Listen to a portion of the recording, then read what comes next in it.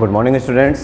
52वीं video हमारी 10th class की चल रही है और 5.1 प्रश्नावली हम कंप्लीट कर चुके हैं पिछले वीडियो पे।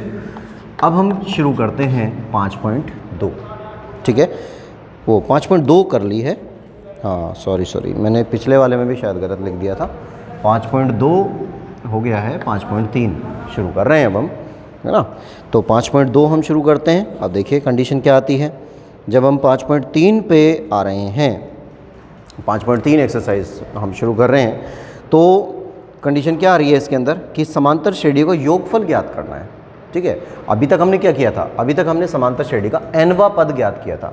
अब हमारे पास कोई समांतर श्रेणी है और उस समांतर श्रेणी के हमें कुछ पद दिए गए हैं, उन पदों का योगफल ज्ञात करना है, टोटल पदों का योग निकालना है।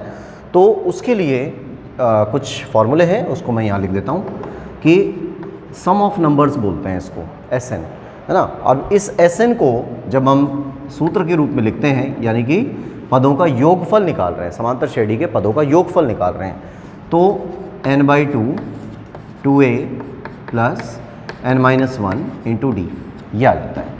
एक फॉर्मूला और भी बनता है, इसका भी यूज़ हम कुछ जगह पर करेंगे, a+l ऐसे आ जाता है।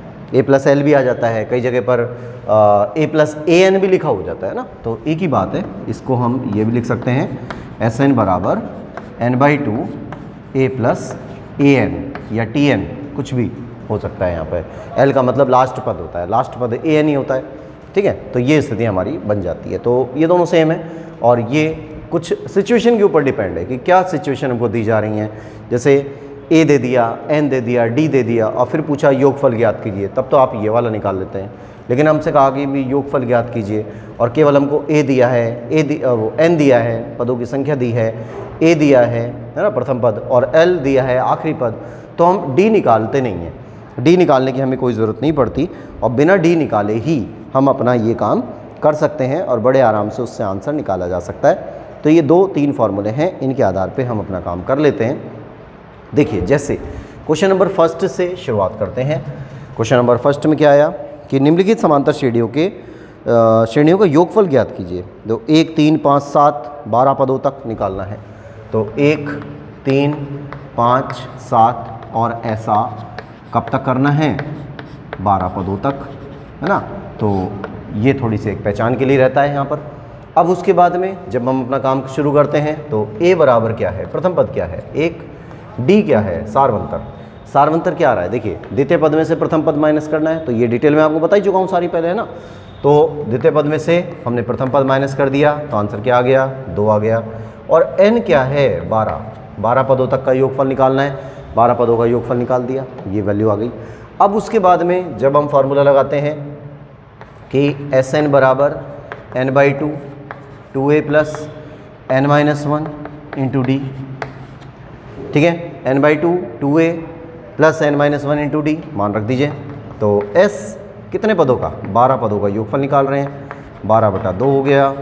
तो 2 इंटू a की जगह पर 1 है, प्लस n-1 n की जगह पर 12-1 और d की जगह पर 2। ठीक है, सारे मान हमने रख दिए और तरीका वही रहेगा। ये जो पहले वाला तरीका था वही था, बस फार्मूला ही तो बदल गया, बाकी तो सब चीज़ें सेम है। भाई प्रथम पद भी आपको ऐसे ही लेना है, d का मान भी वैसे ही लेना है, n का मान आपको दिया जाएगा और SN का फार्मूला लगाना है। ठीक है, सॉल्व कर दीजिए, बस आ गया आंसर। 12 ये कट रहे हैं दोनों 6 बार, फिर इनका गुणा कर दिया 2 आ गया, फिर इसको घटाया 12 में से 1 गए, 11 बच गए, 11 इंटू 2 कर देंगे 22 आ जाएगा। सही है, तो 6 22 और 2 24 हो गए, 24 का 6 से गुणा कर दिया, 6 चौक 24 हो गया, हासिल 2 हो गया, 6 दूनी 12 और 2 14, तो 144, यानी 12 पदों का जो योगफल होता है वो कितना होगा, S12 का आंसर 144 होगा। ठीक है, तो ये हमारा क्वेश्चन नंबर पहला कंप्लीट हो गया। इसी का ही फर्स्ट का फर्स्ट है ये, इसको आप नोट कर लीजिए। फिर उसके बाद मुझे वो भी मिटाने हैं फॉर्मूले भी, तो इनको आप लिख लेते हैं और उसके बाद हम आते हैं सेकंड क्वेश्चन पर। देखिए अब question number second, question number second पे आइए।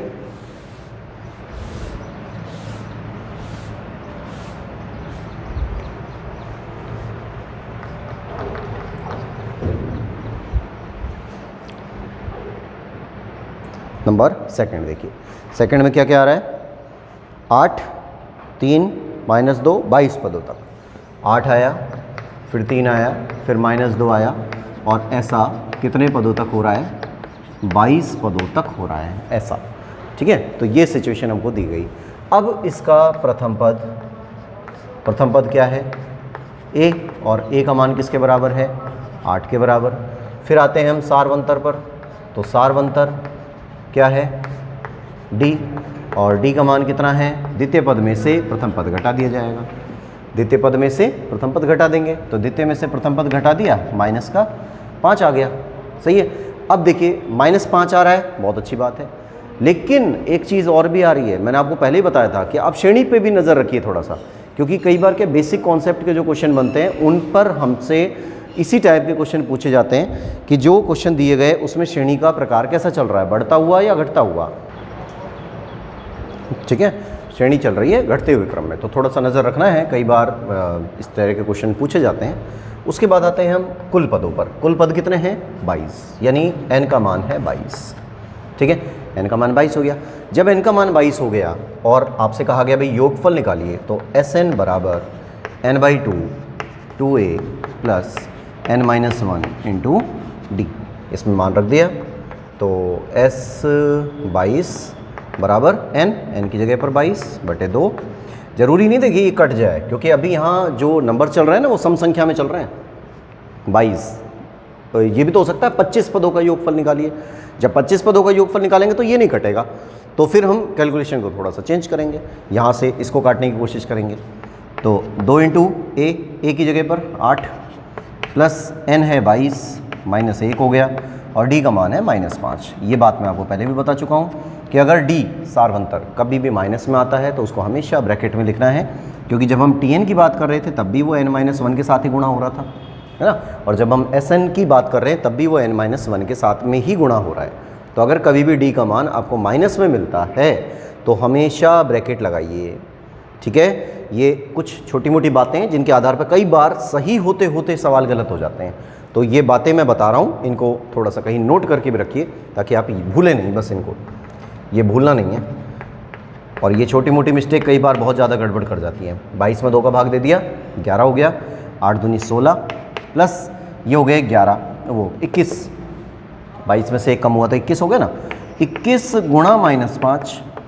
ठीक है, 21 का गुणा -5 से करना है, करिए, क्या जाएगा 16 प्लस माइनस आएगा, ये प्लस है ये माइनस है, तो 5 और 10 105 हो गए, तो माइनस का 105 हो गया। सही है, 21 पंजे 105 होते हैं, माइनस का 105 हो गया।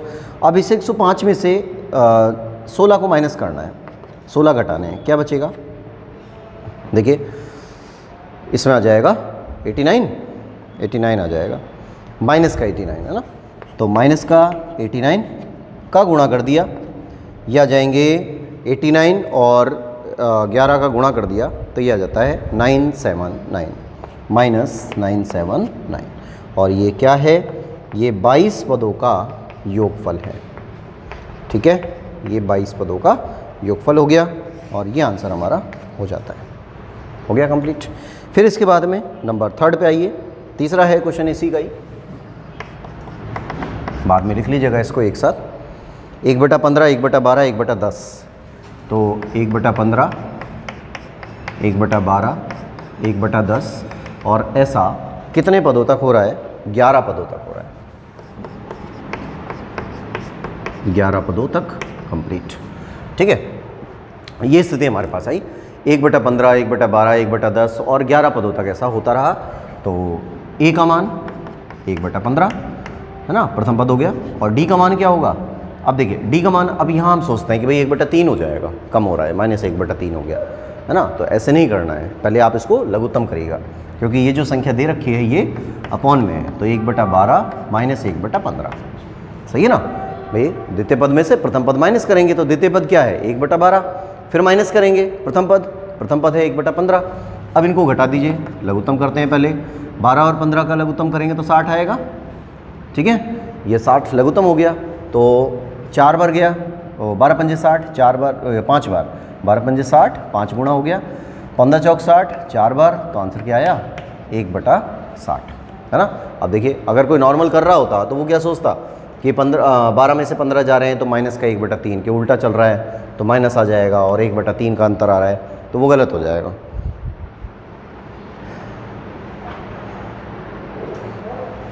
फिर उसके बाद देखिए 1/60 आ गया।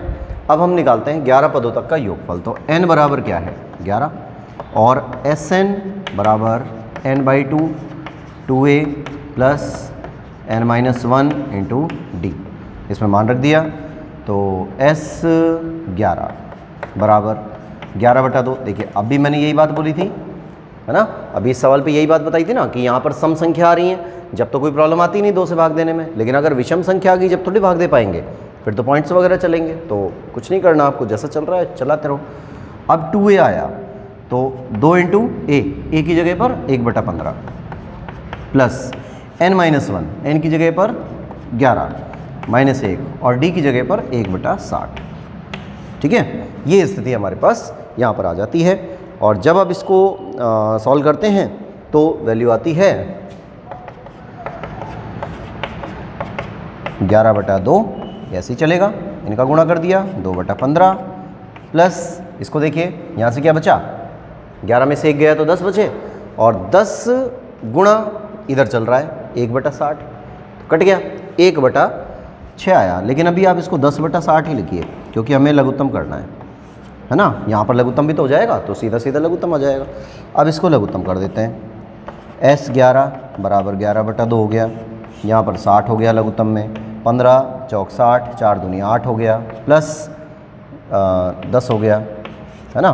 तो ये आ जाता है, इसको मैं इधर ही लिख देता हूँ यहाँ पर कि S11 बराबर 11/2 गुणा, है ना, S11 11/2 गुणा हो जाएगा तो 10 और 8 18, 18/60 हो गया तो 18/60। 2 से इसको काट लिया 9 बार, फिर 3 से काट लीजिए, 3 तिया 9, 3 से इसको काट दिया 20 बार। अब कुछ नहीं कटेगा तो ये हो गया S11 बराबर 33/20, 33/20 हो गया। ठीक है, तो ये स्थिति हमारे पास यहाँ आ जाती है और ये 11 पदों का योगफल हो गया।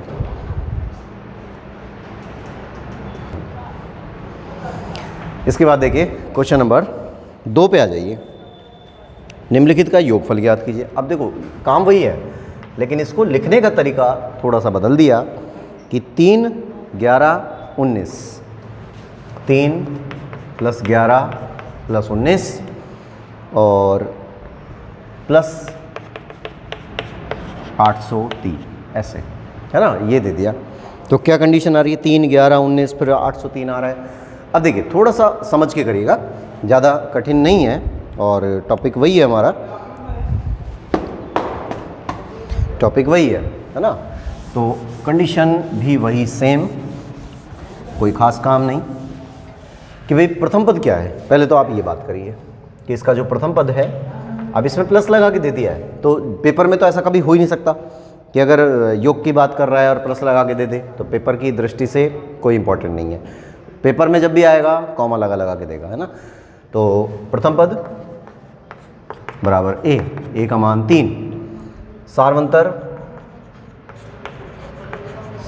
है d, सारवंतर d।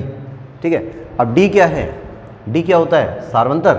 क्या तरीका बताया था, द्वितीय पद में से प्रथम पद घटाइए तो द्वितीय पद कितना आ रहा है 11 आ रहा है, 11 में से 3 को घटा दिया, आंसर कितना आ गया 8 आ गया, है ना, पॉजिटिव आ रहा है। फिर अंतिम पद है ये वाला अंतिम पद, तो इसको लिख देते हैं अंतिम पद an बराबर 803 है। अब क्या चीज़ गायब है इसमें,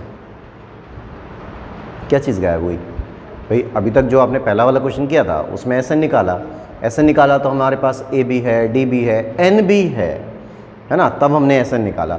लेकिन यहाँ पर तो ऐसा नहीं हो रहा, A का मान आया, D का मान आया, फिर AN का मान आ गया। अब AN का मान है लेकिन N का नहीं है, तो यहाँ से क्वेश्चन डबल स्टेप पे चलता है। अब पहले तो ये 5.2 के हिसाब से होगा, ठीक है, 5.2 के हिसाब से होगा। 5.2 के हिसाब से पहले आप निकालेंगे इसमें N का मान, कितने पद हैं भाई, यहाँ से लेकर यहाँ तक कितने पद हैं, पहले पदों की संख्या आएगी जब भी तो योगफल आएगा। ठीक है, तो ये स्टेप थोड़ा सा इंपॉर्टेंट बनता है, लेकिन जब ये पेपर में आता है ना तो ये प्लस लगा हुआ नहीं मिलता, कभी भी कॉमा लगा हुआ मिलेगा। तो पहले आपको क्या काम करना है, पहले तो आप n की संख्या निकालिए, मतलब n का मान निकालिए इसमें, और फिर उसके बाद इनका योगफल निकालिए। तो हम पहले तो ये वाला निकालते हैं, an या tn जो भी आप लिख सकते हैं, इसमें कोई बड़ी बात नहीं है। an भी होता है, tn भी होता है, ये बात मैं कई बार रिपीट कर चुका हूँ। तो कई बुक्स तो इसको an लिख देती हैं, कई बुक्स इसको tn लिख देती हैं, तो दोनों बातें सेम ही हैं, अलग अलग नहीं है ये। तो an बराबर a plus n minus 1 into D. पहले हम 5.2 के हिसाब से बात कर रहे हैं ना, n निकालेंगे पहले। तो an की जगह पर क्या आया 803, a की जगह पर क्या आया 3, n नहीं है, n को छोड़ दो, d का मान क्या है 8। समझ में आ गई बात। अब इसको इधर भेजिए, तो 803 माइनस 3 बराबर n माइनस 1 और 8 हो गया। सही है। अब 803 में से 3 माइनस हो गए, कितने बच गए 800, n माइनस 1 हो गया, 8 यहाँ चल ही रहा है, 8 का भाग दे दिया, 800 में 8 का भाग दिया, कितना आ गया n माइनस 1, ये हो गए 100 बराबर n माइनस 1, माइनस 1 को इधर भेज दिया, तो मतलब जुड़ जाएंगे यहाँ के, ये हो गया 101। तो n बराबर 101 आ गया। सही है। तो n यानी जो संख्या है, जो पदों की संख्या है, वो कितनी आ गई 101 आ गई संख्या। ठीक है। अब आप 101 पदों से आगे काम शुरू करेंगे, वे श्रेणी तो यही है। अब योगफल निकालिए। तो प्रथम पद क्या है 3, d क्या है सारवंतर यही आएगा 8, और पदों की संख्या कितनी है 101। बात समझ में आ गई। अब इसके बाद जब काम शुरू करते हैं, अब हमें निकालना है Sn बराबर n/2, 2a plus n minus 1 और d, इसमें मान रख दिया s 101, n/2 101/2। ठीक है। 2a 2 × 3 plus n minus 1, n की जगह पर 101, 101 माइनस 1 और d की जगह पर 8, ये 8 हो गया। ठीक है ना। ये हमने मान रख दिया यहाँ पर। अब इनको जब सॉल्व करते हैं 101/2, ये गुणा हो गया 6, ये हो गया 100 इंटू 8, करिए सॉल्व। 101/2 6 प्लस 800, 806 हो गया, 101/2 गुणा 806, 2 से ये कट गया, तो 101 गुणा 402। ठीक है। अब 101 और 402 को गुणा कर लेते हैं। तो 101 और 402 को हमने गुणा किया, 403, सॉरी 402 नहीं 403 आएगा, है ना। 101 और 403 को हमने गुणा किया, तो आंसर क्या आ जाता है, तो इसका आंसर आ जाता है 40,703, 40,703, ये आंसर इसका हो जाता है। ठीक है। ये स्थिति कंप्लीट। उसके बाद आ जाइए क्वेश्चन नंबर 2 पर।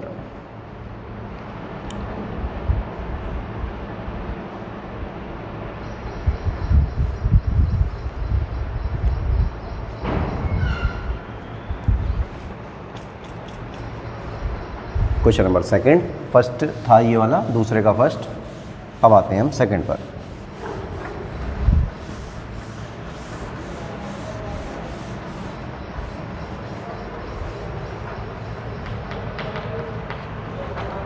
देखिए 2 में क्या सिस्टम है कि 7 प्लस 10 सही 1/2, मतलब 10.5, फिर 14 हो गया, फिर इसी प्रकार से आगे बढ़ते गए और 84 आ गया। देखिए कॉमा लगा दिया ना, वही बात, प्लस नहीं प्लस है, मैंने कॉमा लगा दिया, प्लस है, यहाँ भी प्लस आ जाएगा।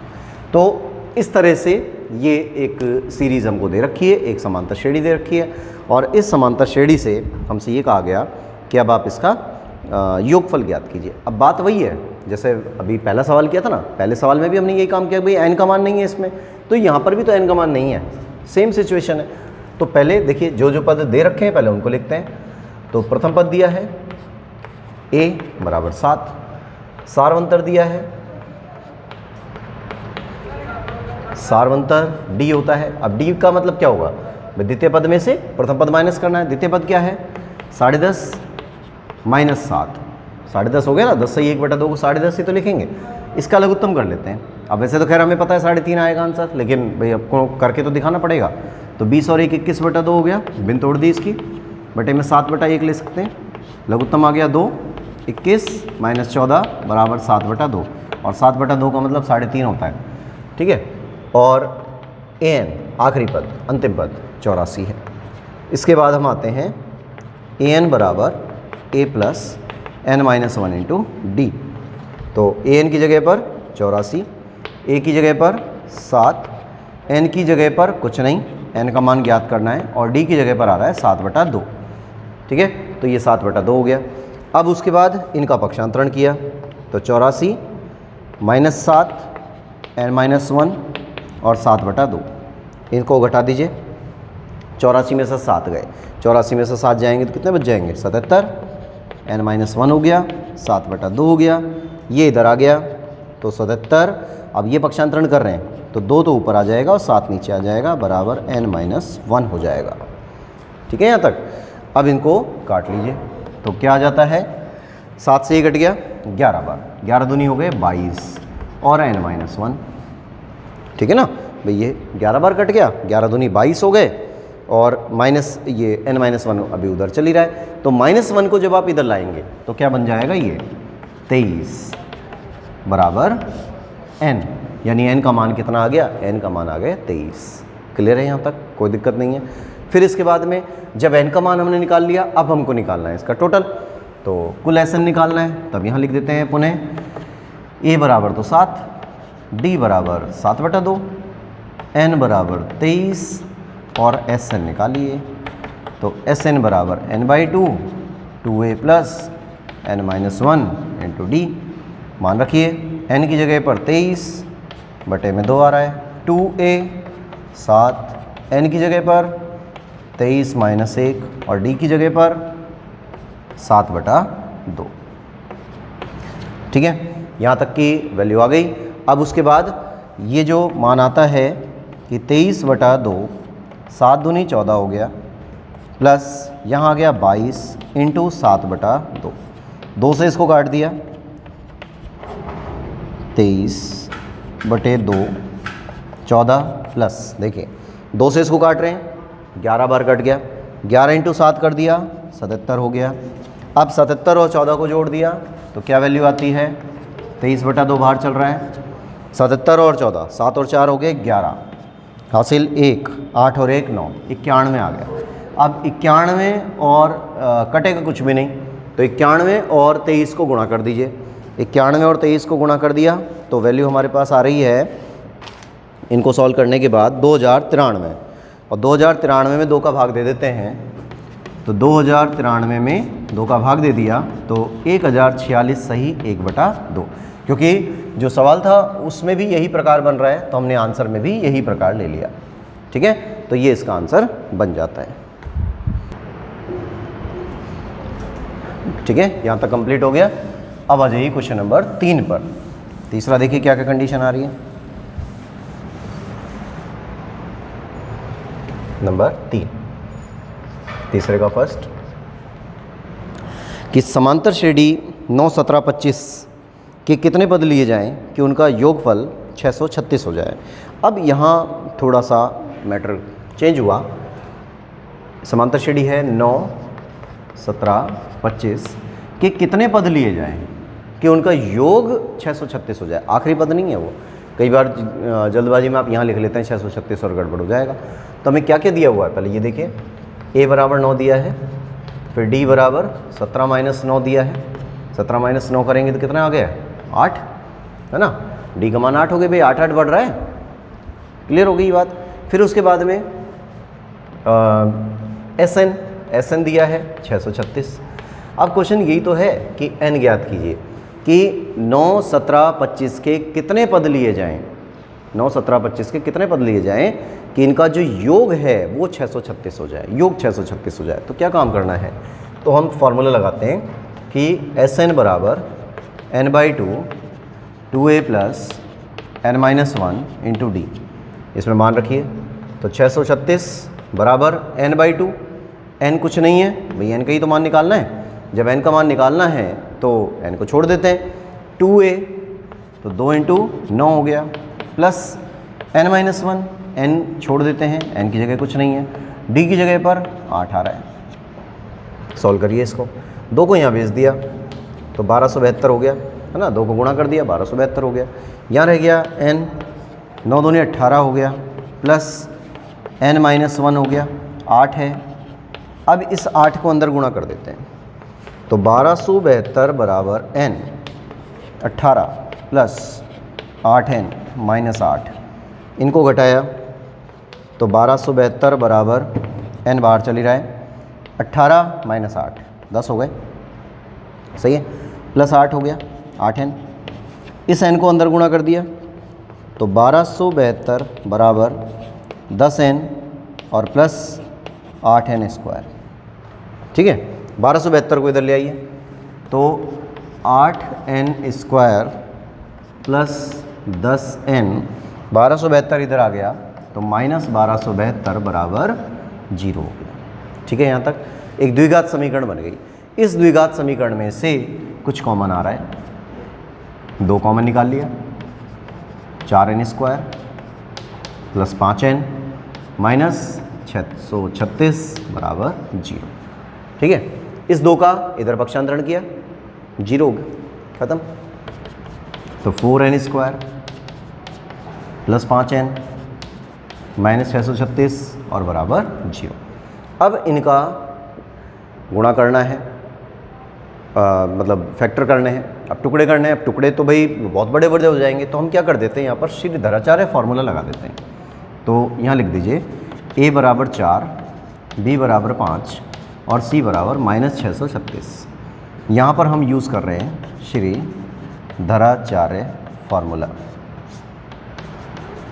श्रीधराचार्य सूत्र से।